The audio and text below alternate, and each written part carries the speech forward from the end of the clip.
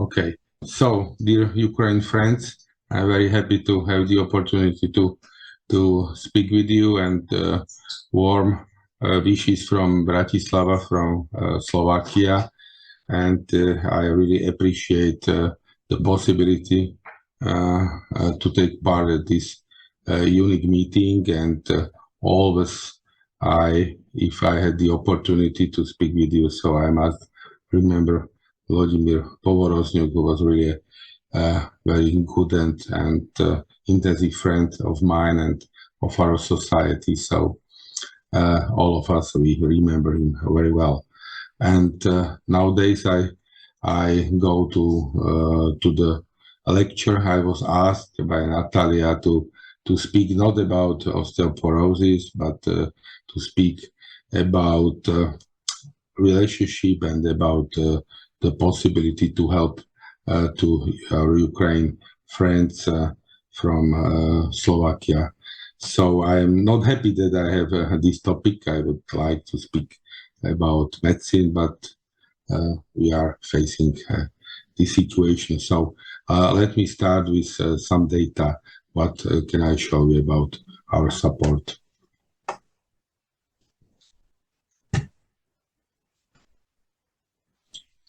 All of you know this, that it's just a sentence from John Steinbeck about war. So what we did as Slovakia in this terrible situation, what we have more than 1 year. So when the war started, our country opened the doors to Ukrainians.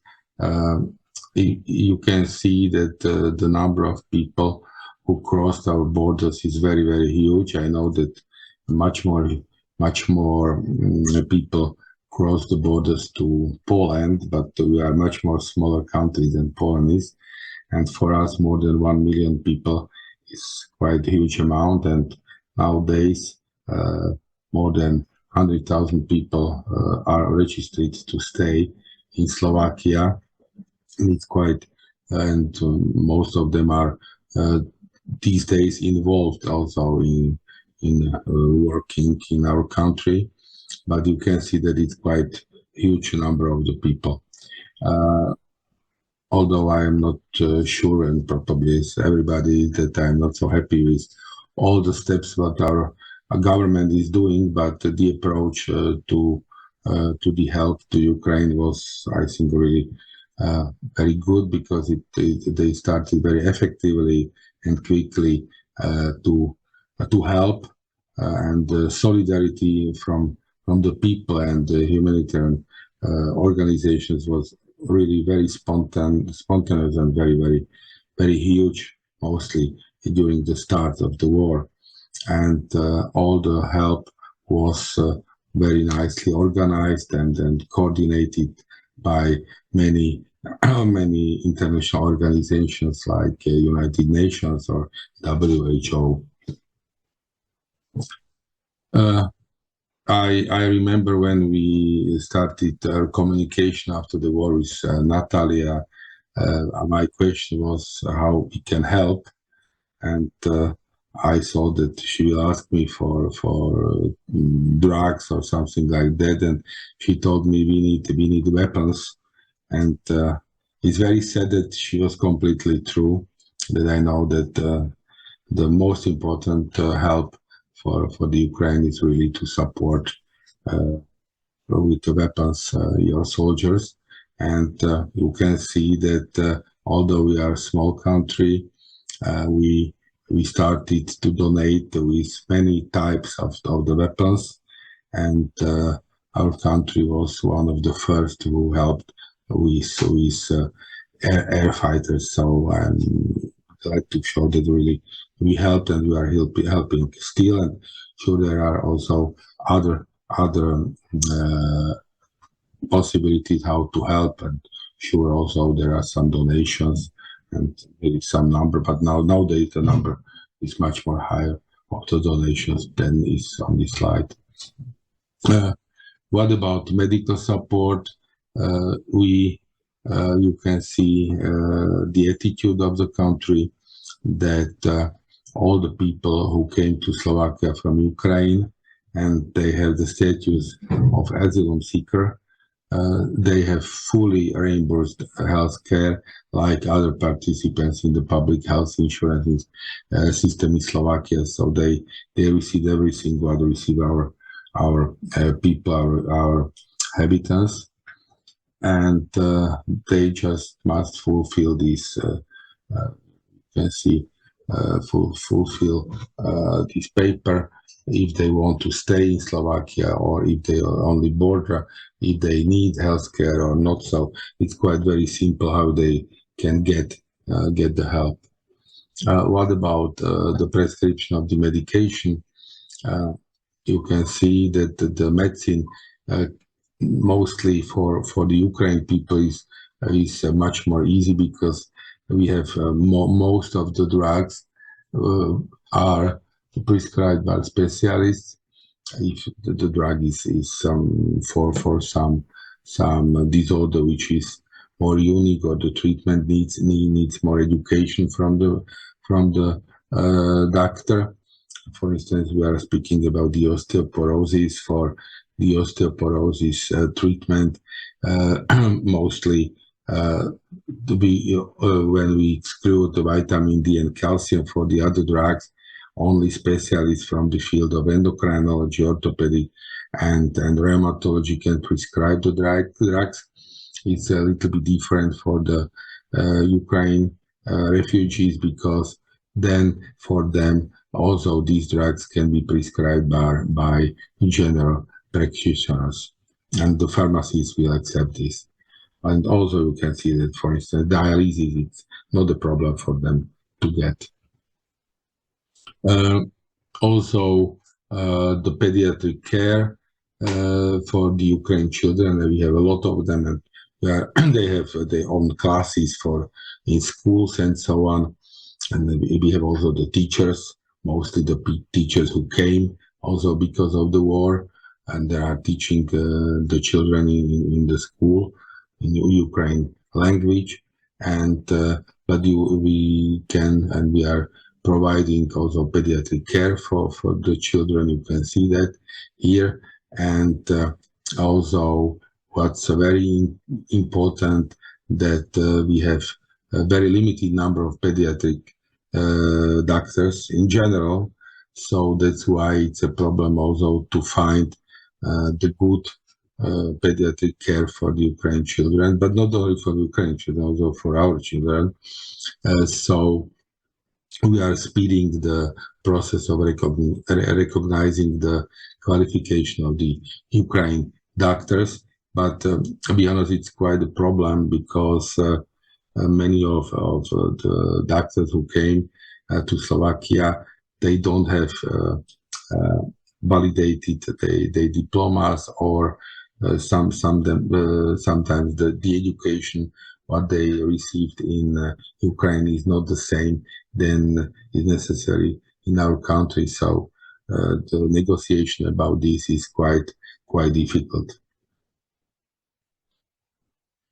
I started this discussion at the previous slide. So really, we want to integrate all the medical stuff which came to us in our hospitals, and we have a law, so-called Lex Ukraine. Nowadays, we have, I think, the third version of that.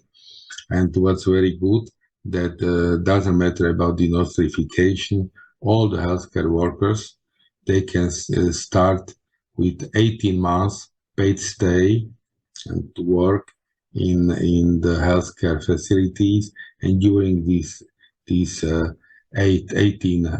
months, they can prepare themselves for the exams for to be after then the doctors or diplomatic nurses or something which is which they were like they worked before in their own country. Here you can see that this is a quite a difficult process, and we are trying to do that much more simple, but still because all our doctors, they should have the qualification at the same level. So we need also from the Ukraine doctors who came some examinations which are testing the similarity of their knowledge to the knowledge of our doctors. We are helping, and because I serve also as a dean of our faculty of medicine in Bratislava, so I am very proud that our Institute of Medical Terminology and Foreign Languages is helping uh, to prepare the Ukraine doctors and the other health care staff in preparation of the Slovak language knowledges. And we have also our faculty helped with these specific centers for the Ukraine refugees, because one of the differences what we have is vaccination. Our country is very strictly vaccinated, and it's not the same in Ukraine. So we must vaccinate the people who want to stay or to stay longer. To vaccinate in the rules what's necessary for the people who are living here. And you can see all the projects which are reflecting this situation.